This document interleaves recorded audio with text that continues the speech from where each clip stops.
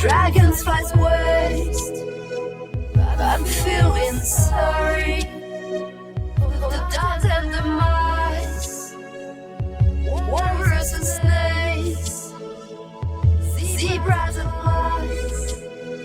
I'm feeling sorry.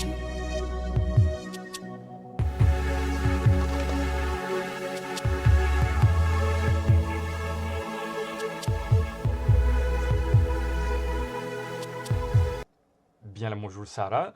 Donc, je disais que on va parler un peu de l'association. Initialement, on va faire un peu le tour rapidement. L'histoire de l'association, le mouvement, stratégie. On va parler un peu de nos différentes cibles, pourquoi on fait ce qu'on fait. On va parler de nos actions, quels sont les différents sujets qu'on essaie d'aborder, pourquoi on va choisir certaines cibles. On va parler un peu de variables stratégiques. On va essayer de sortir un peu de l'association, de regarder un peu ce qui se passe ailleurs, pour avoir un peu d'inspiration. Et ensuite, l'idée, ça va être de... Voilà, merci Julien pour les indications. Je n'ai pas de possibilité de vous orienter moi-même manuellement, de vous forcer de regarder, enfin de vous forcer de... quoique, est-ce que je peux faire... est-ce que Maintenant, voilà, là je pense que vous allez tous voir ce que moi je vois, donc le diapo. Alors, ce que je dis c'est, il y a Emma, notre grande chienne d'amour, qui vient participer à la présentation. Donc, le diapo, hop, l'association, les actions et les nouvelles idées, ensuite des discussions ouvertes. Donc déjà, l'histoire...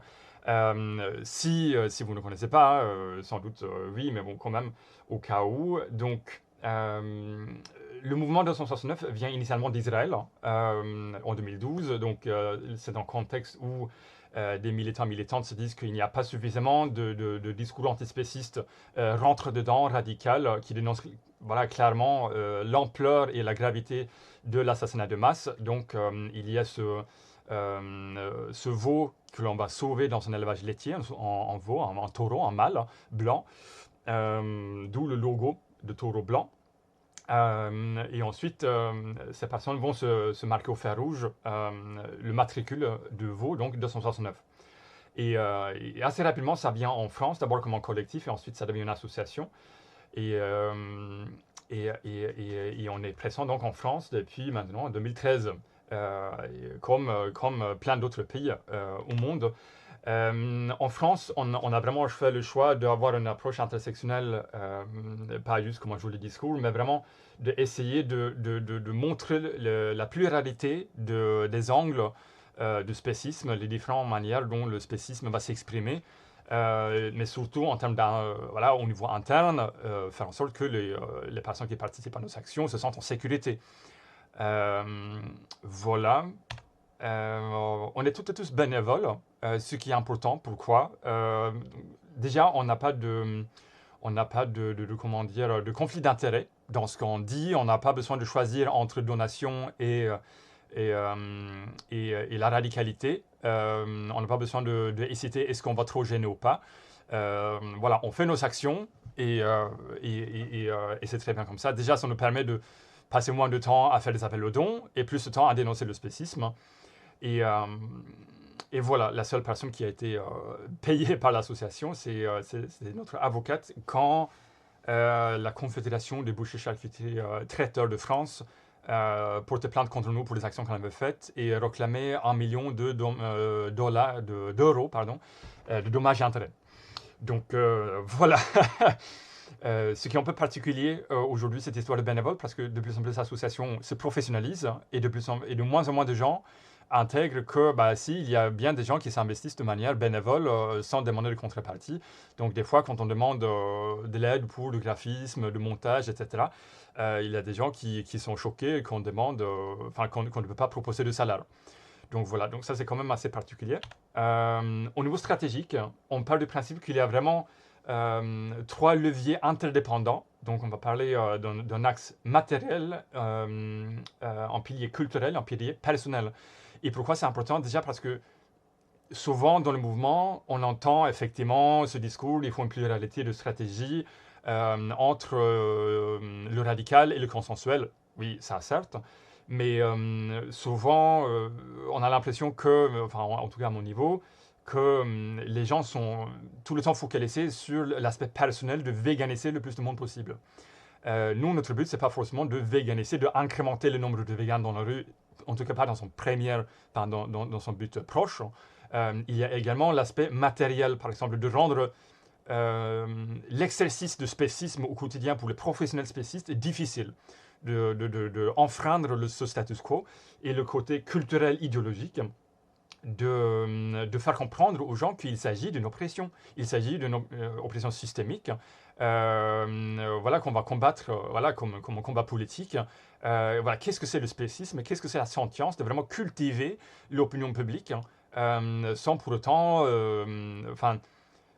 sans pour autant que véganiser tout le monde tout de suite soit le premier but, parce que tout est lié. Voilà, il y a ça. Priorité aux 99%. Le but, c'est de vraiment se focaliser sur le plus massacré, les victimes dites de bouche. Donc, on va parler pêche et élevage, donc alimentaire. Hein.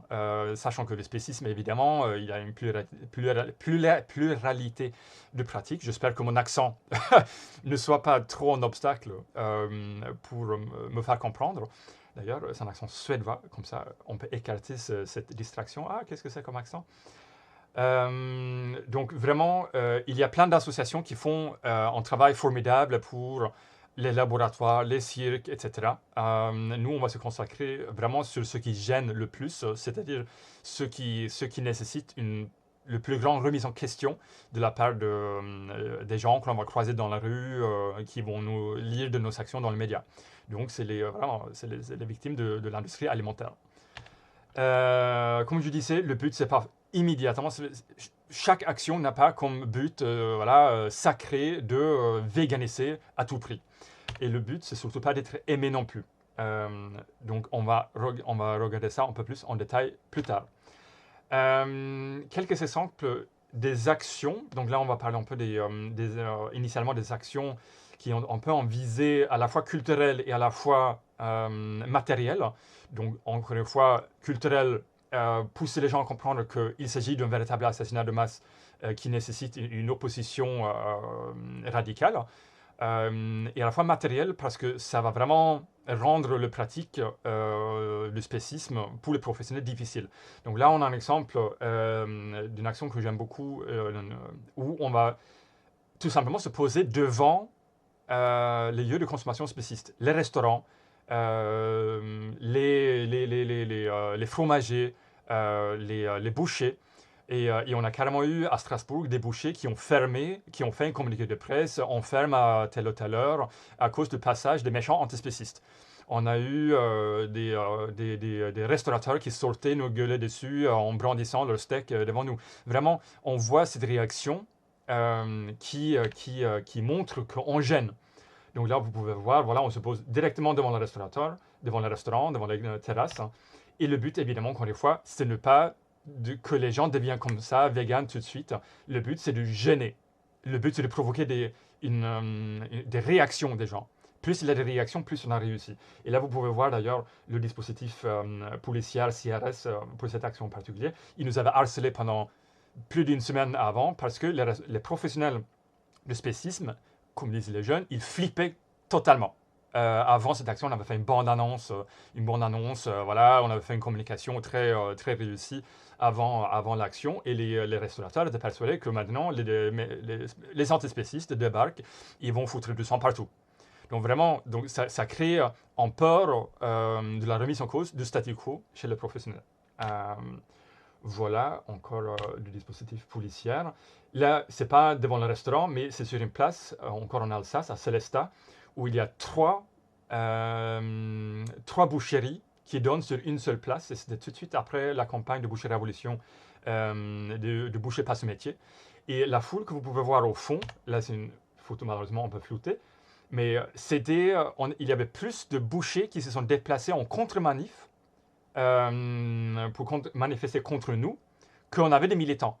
Donc on voit comment cette mise en scène pacifique,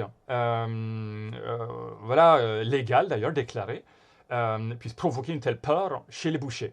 Et c'est ça, c'est exactement ce qu'on veut. C'est ces réactions-là qu'on cherche. Et là, vous pouvez voir un boucher au fond qui est venu avec une espèce de costume cochon, scandant Vive le saucisse.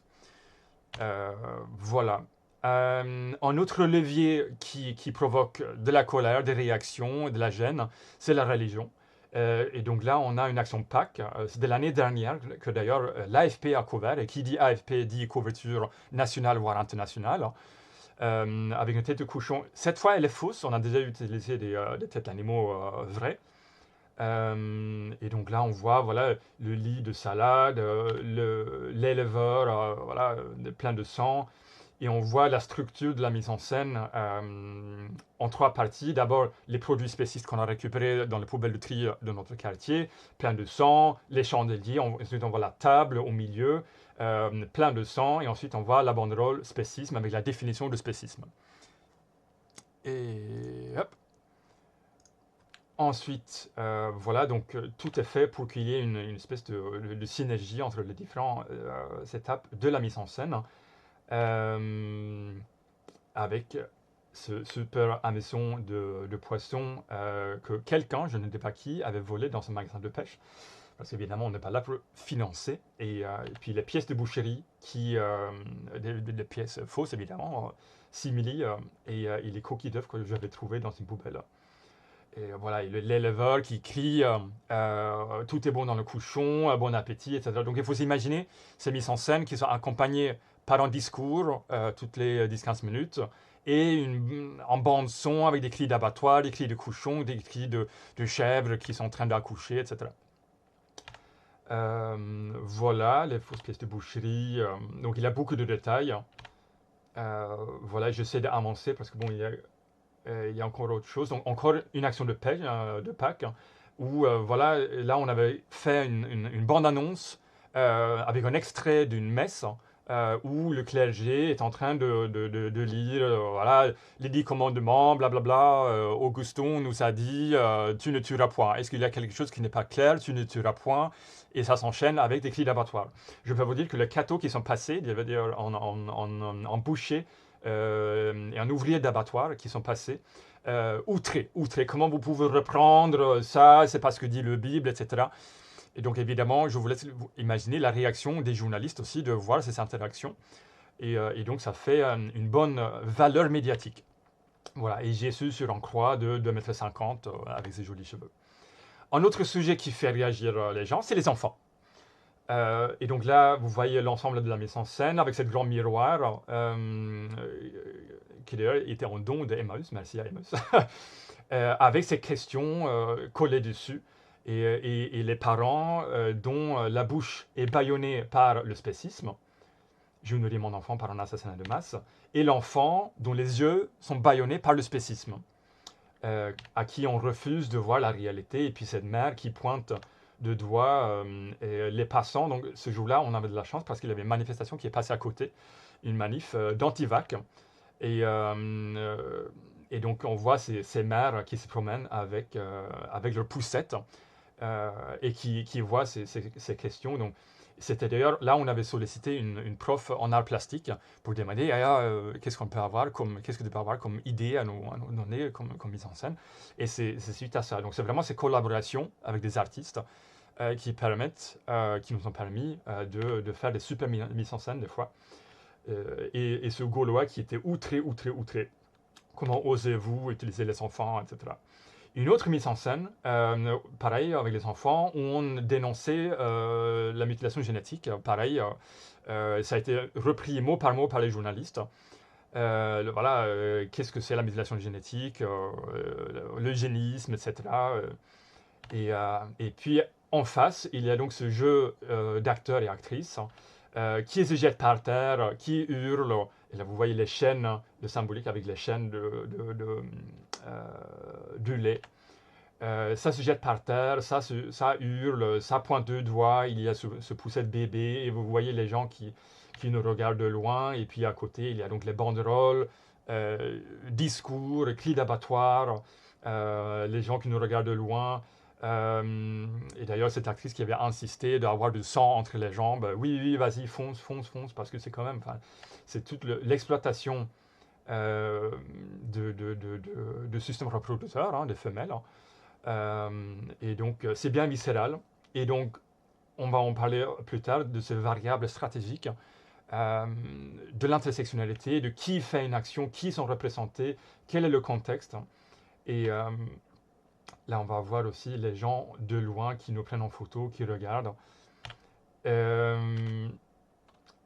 La pêche, on essaie toujours, donc, un petit oups dans le diapo, mais hier c'était la journée mondiale pour la fin de la pêche, et on a aujourd'hui présent des référents qui ont fait des super actions, si je ne me trompe pas, notamment à Toulouse, Angers et Saint-Nazaire, des super mises en scène. Pour dénoncer, vraiment, dans les 99%, si ce n'est pas au moins 98% de toutes les victimes. Hein.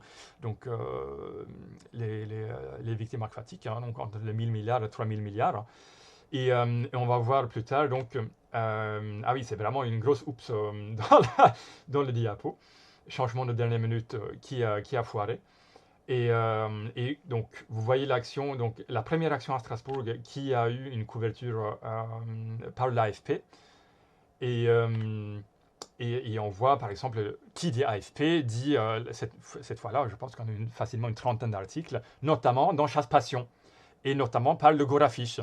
Donc là, on voit comment les gens vraiment investis matériellement dans le spécisme se sentent concernés et sentent que c'est nécessaire de tourner en dérision nos actions. Et la photo que vous voyez tout à fond, donc c'était à Paris, qui était une super action, avec, voilà, monté sur la Marianne, sur la place de la République, avec les militants pris dans le filet de pêche, et on était vraiment accompagnés par un super passeur d'ailleurs, qui nous avait fait, qui nous avait fait toute la partie pacing. Maintenant, variable stratégique, je vais essayer d'avancer parce qu'il y a encore bien des diapos. Le lieu, est-ce qu'on le fait devant une boucherie, devant, voilà, un commerce spéciste? Est-ce qu'on le fait devant une institution, l'hôtel de la ville? Est-ce qu'on le fait à Strasbourg? On avait fait, sans faire attention, à un endroit où des gens étaient morts dans une fusillade. En peu tendance acte terroriste, c'était jamais très clair pour moi si c'était quelqu'un qui avait une revendication, par exemple religieuse ou autre. Mais il y avait des gens qui étaient morts l'année avant, ou à l'endroit où on avait fait l'action. C'était une action contre la fourrure. Et donc les gens avaient fait le lien entre notre action et ces humains qui étaient morts à cet endroit-là. Donc on voit comment le lieu peut avoir un intérêt médiatique, voilà, d'un point de vue stratégique. Ou si c'est devant voilà, un centre mémorial, par exemple. Je sais qu'en Israël, ils avaient fait des actions sur des lieux de mémorial de la Shoah. Et j'avais oublié de le préciser, pour toute personne qui s'est dit, qui fait l'association, ça vient d'Israël, donc c'est forcément tous des sionistes. Alors non, je vous arrête tout de suite, c'est pas une association sioniste. Et d'ailleurs, chaque antenne nationale est entièrement indépendante et on va d'ailleurs voir d'autres actions antisionistes plus tard. Quand, c'est une variable très intéressante. Est-ce qu'on le fait une action pour la fête de père, la fête de mère, le Saint-Valentin, la journée internationale pour le droit des humains, enfin le droit de l'homme en France? Est-ce qu'on fait, voilà, quand, au lieu de voilà, par rapport aux traditions religieuses, Pâques, voilà, les fêtes de fin d'année, etc. L'actualité, est-ce qu'il y a eu quelque chose récemment? Est-ce qu'il y a eu une annonce du gouvernement? Est-ce qu'il y a eu un élevage qui a brûlé, etc. Donc l'actualité, faire une action très rapidement après une actualité, c'est difficile, mais ça peut avoir un vraiment très grand intérêt médiatique. Avec qui? On va le voir plus tard. Est-ce qu'on fait une action avec principalement autour des enfants, avec des mères? On peut penser à Extinction Rébellion, qui a des branches de style scientifique rébellion, avec vraiment, c'est les scientifiques qui s'investissent dans cette branche-là d'Extinction Rébellion. Ou alors les mères en rébellion, où c'est principalement des mères qui s'investissent. On va voir ça plus tard, aussi d'autres exemples. La mise en scène, on a vu l'action que vous voyez là, il y a notamment les actions PAC, où c'est toute la mise en scène qui est une grande partie de l'intérêt, ou comme l'action pêche, où c'est l'hameçonnage qui attire le plus les journalistes, et pas tant le contexte, les journées mondiales pour la fin de la pêche, etc. L'intersectionnalité, on entend souvent dans le mouvement que que le spécisme devrait suffire comme argument. Oui, absolument. Je pense que les actions que vous voyez, que vous venez de voir, effectivement le démontrent. Mais je suis persuadé que plus on fait des rapprochements, plus ça a un intérêt médiatique, et plus ça fait parler, plus ça montre combien le spécisme nous concerne toutes et tous, et combien le spécisme est pluriel. Je vous les imaginer, par exemple, s'il devrait y avoir rien à voir avec le spécisme, mais comme un autre exemple, des maires pour la Palestine, pour faire le lien entre ce sexisme et colonisation. Forcément, il y a une valeur médiatique plus intéressante. Ce qui ne veut pas dire que le sexisme n'est pas suffisant pour dénoncer ce que subissent les mères, etc. Donc, rajouter les angles, et surtout dans cette période de fascisation très importante, créer des alliances est d'autant plus important pour, d'ailleurs on le voit au nouveau gouvernement, c'est quand il y a des blocs qui s'établissent que ces blocs-là gagnent.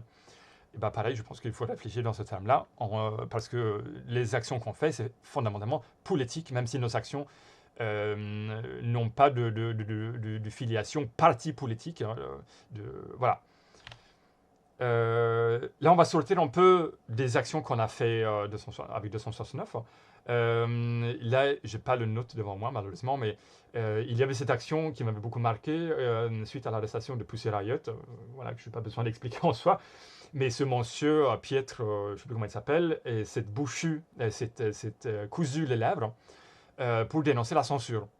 Et on avait un projet à Strasbourg de faire hier, pour la JMFP, une action où on se ferait coudre les lèvres pour dénoncer ces poissons que l'on n'entend pas, etc. Mais on n'avait jamais réussi de trouver un angle, un narratif suffisamment clair pour que ça ne devienne pas juste spectaculaire pour faire spectaculaire. Donc finalement, c'est tombé à l'eau. Mais je pense que c'est un sujet à creuser pour d'autres actions, ce côté où on intervient au niveau du corps. Le corps qui finalement est sacré pour l'humain.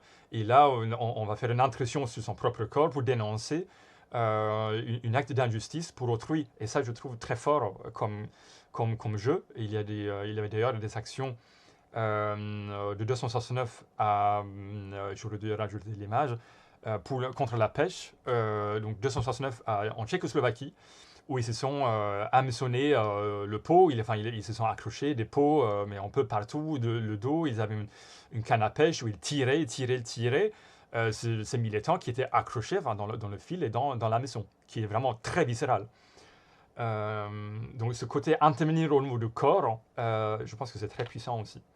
Les spots publicitaires, évidemment, si on a l'argent, Be Fair, Be Vegan, qui a vraiment cet angle empathie, compassion, sentience, qui a eu lieu dans plusieurs villes dans l'Amérique du Nord, vraiment de montrer les animaux, d'ailleurs à Québec aussi. Et on revient sur le sujet de qui fait l'action. Là, on avait Joaquin Phoenix, évidemment, star Hollywood, qui est intervenu, donc forcément ça fait un emballement médiatique. Il y avait Surge en Angleterre qui avait fait une campagne publicitaire dans le métro en peuple gentillette, mais voilà. Différents coups de poing, ban and drop, l'action extrêmement spéciste de Femen. Alors la notion de flash mob, j'aime beaucoup quand même, hein. Mais là, c'est très malheureux que le sujet, c'est de traiter les cochons de violeurs. Mais encore une fois, je trouve c'est très intéressant cette utilisation du corps. Et voilà, dessiner sur le corps, le lien avec l'actualité, encore une fois, Jack Lang, Jeffrey Epstein, pédocriminels, etc. Et donc ça, c'est quelque chose de très intéressant. On revient encore une fois sur le sujet de qui. Donc là, on voit The Motherhood, je n'ai plus le note sous les yeux, il faudrait que je le retrouve. Mais on a fait des actions similaires avec 269. Et The Milking Herd, voilà, c'est ça le nom de la campagne. Et on voit là vraiment ces mères en plus enceintes qui se mettent en scène pour dénoncer l'exploitation des mères. Et je trouve ça extrêmement puissant. Et vraiment cette armation de l'espace public euh, que j'aimerais vraiment voir reproduire. Voilà. Est-ce que j'ai... Hop, il faut que je retourne. Encore une fois, mise en scène, actualité, qui, encore une fois, voilà, évidemment, c'est pas exactement qui, mais c'est une représentation de qui, où on va dénoncer les guerres de Trump, Poutine, Iran, avec une mise en scène repas sanglant, qu'évidemment, on a fait beaucoup de repas sanglants, mais là, avec cette association à des personnes réelles, on n'a pas fait avec 269, que je pense que je reviendrai là-dessus plus tard. Et d'ailleurs, comme vous voyez, la chair, je me demande si c'est pas de la vraie, mais j'aimerais beaucoup savoir si c'est de la fausse et comment le reproduire. Nous, on a déjà utilisé des noms vendus dans les boucheries, qu'on a demandé dans les boucheries. Hey, salut, est-ce que vous n'aurez pas des invendus qu'on pourrait filer à l'ESPIA? Et on a filé donc des cadavres, des vrais cadavres dans les boucheries pour les actions qu'on a fait à Strasbourg dans le passé. Et là, jouer avec le nom Président Trump Israel First. Donc, encore une fois, évidemment, ça renvoie à l'actualité, etc. Et là, on avait vu l'action devant le restaurant. Et j'avais trouvé cet extrait de Lina, ouvreuse militante au Festival de théâtre de rue, que j'aimais beaucoup, où c'est finalement la mobilisation, la balle médiatique, c'est pas tant la mobilisation de masse, c'est pas tant une démonstration de force. C'est vraiment, tout est dans la mise en scène. Où donc là, on voit 3 personnes, 3 femmes, avec finalement assez peu de costumes et de matériel, mais qui ont leur petit répertoire, un petit discours, un petit, voilà, ça bouge, et tout ça devant une terrasse. Et je trouve ça très puissant. Et nous, on fait toujours des actions déclarées quand on fait devant. Enfin, aujourd'hui, on a fait non déclaré dans le passé aussi, mais une fois que les flics débarquent, à moins qu'on veut finir en garde à vue, qui peut absolument être une choix stratégique et légitime, mais sauf si on veut si on veut éviter le garde à vue, bah, rester 3 personnes, finalement, c'est pas un attroupement. Et ça, je trouve très intéressant. Voilà. Maintenant, on va sortir encore on va faire un petit aparté. Je vais vous parler rapidement et ensuite on va enchaîner avec la discussion ouverte avec une campagne où je suis évidemment très biaisé, mais je suis très investi là-dedans. Et c'est une campagne en Suède une campagne de désobéissance civile pour la restauration des zones humides comme un moyen de levier contre l'effondrement climatique. Et c'est une campagne qui a énormément changé le paysage à la fois culturel et politique en Suède. Et on va voir pourquoi. Donc là, on voit en rapport, sur le droit de l'écran, en rapport scientifique qui est sorti l'année dernière. Donc c'est des scientifiques qui ont étudié l'impact de nos actions en Suède. Et la conclusion globale, c'est que les gens, croyez-le ou pas, les gens sont en capacité de garder 2 idées en tête en même temps. D'un côté, ces militantes nous font chier, ils nous énervent, c'est des enfoirés. Et d'un autre côté, en même temps, ils ont raison. Que oui, d'accord, le message n'est pas déconnant. Et ça, je trouve que c'est extrêmement important quand on réfléchit à des actions politiques, de ne pas tomber dans la peur de oui, mais est-ce qu'on va gêner les gens? Très, très évidemment, quand on gêne, ça fait parler et donc ça crée un impact dans une société globalement indifférente. Donc c'est très important. Et on voit aussi la nécessité de la persistance. Donc toutes les personnes qui tentent de étudier l'impact et l'efficacité immédiate d'une action, il faut garder en tête que c'est la persistance d'une campagne, d'un mouvement qui va faire évoluer une société. Donc il ne faut pas s'attarder. Nous, on a fait des actions en Suède où clairement, il y avait très peu de relais médiatiques. Et puis finalement, on voit quelques mois plus tard des gens qui reviennent dessus, des gens dans les médias qui n'ont rien à voir avec nous, rien à voir avec l'actualité, mais les gens reviennent dessus parce que quand ça s'inscrit dans une continuité, là, ça marque les gens et là, ça fait bouger les lignes de ce qui est entendable, enfin la fenêtre Overton dans la société. Voilà, et encore une fois, pas d'impact sans déranger. Il faut vraiment garder ça en esprit. Euh, et là, on voit le chemin qu'ont dessiné les scientifiques dans le rapport, et on voit combien c'est pas d'évolution linéaire entre impact et changement voilà, pour le climat. On voit que ça part dans tous les sens, entre la couverture médiatique, les débats, ça passe chez les faiseurs de politique, enfin la partie législative, et ensuite ça revient dans les débats, etc. Donc c'est vraiment, il ne faut pas se penser les actions d'activistes comme on fait une action, on gagne en popularité et ça change la société. Vraiment, c'est un exemple tellement évident, tellement concret, qui nous libère de tant de pression de course à la popularité. Et là, je vais juste défiler rapidement des actions qu'on a fait qui ont vraiment énormément énervé les gens en Suède. Et avant que j'oublie, il faut juste que je précise, je ne dis pas qu'il faut faire exactement la même chose en France. Il y a eu voilà, des tentatives des campagnes similaires. Mais où la répression en France, elle est 10 fois pire. Hein. Donc c'est très difficile de maintenir ça dans la durée. Donc là, on voit Le Figaro qui a commenté que ces femmes, ces infirmières, donc on revient sur le qui et sur le quoi, ces infirmières qui ont collé ses mains sur une peinture de Monet à Stockholm, sur la vitrine, évidemment, la vitrine de protection, et qui ont été acquittées. On a occupé la ministre de l'économie. On a aspergé le parlement finlandais. On a occupé des tarmacs d'aéroports. Maintenant, vous voyez, avec beaucoup d'humour, on a fait un petit fika, un petit goûter sur le tarmac.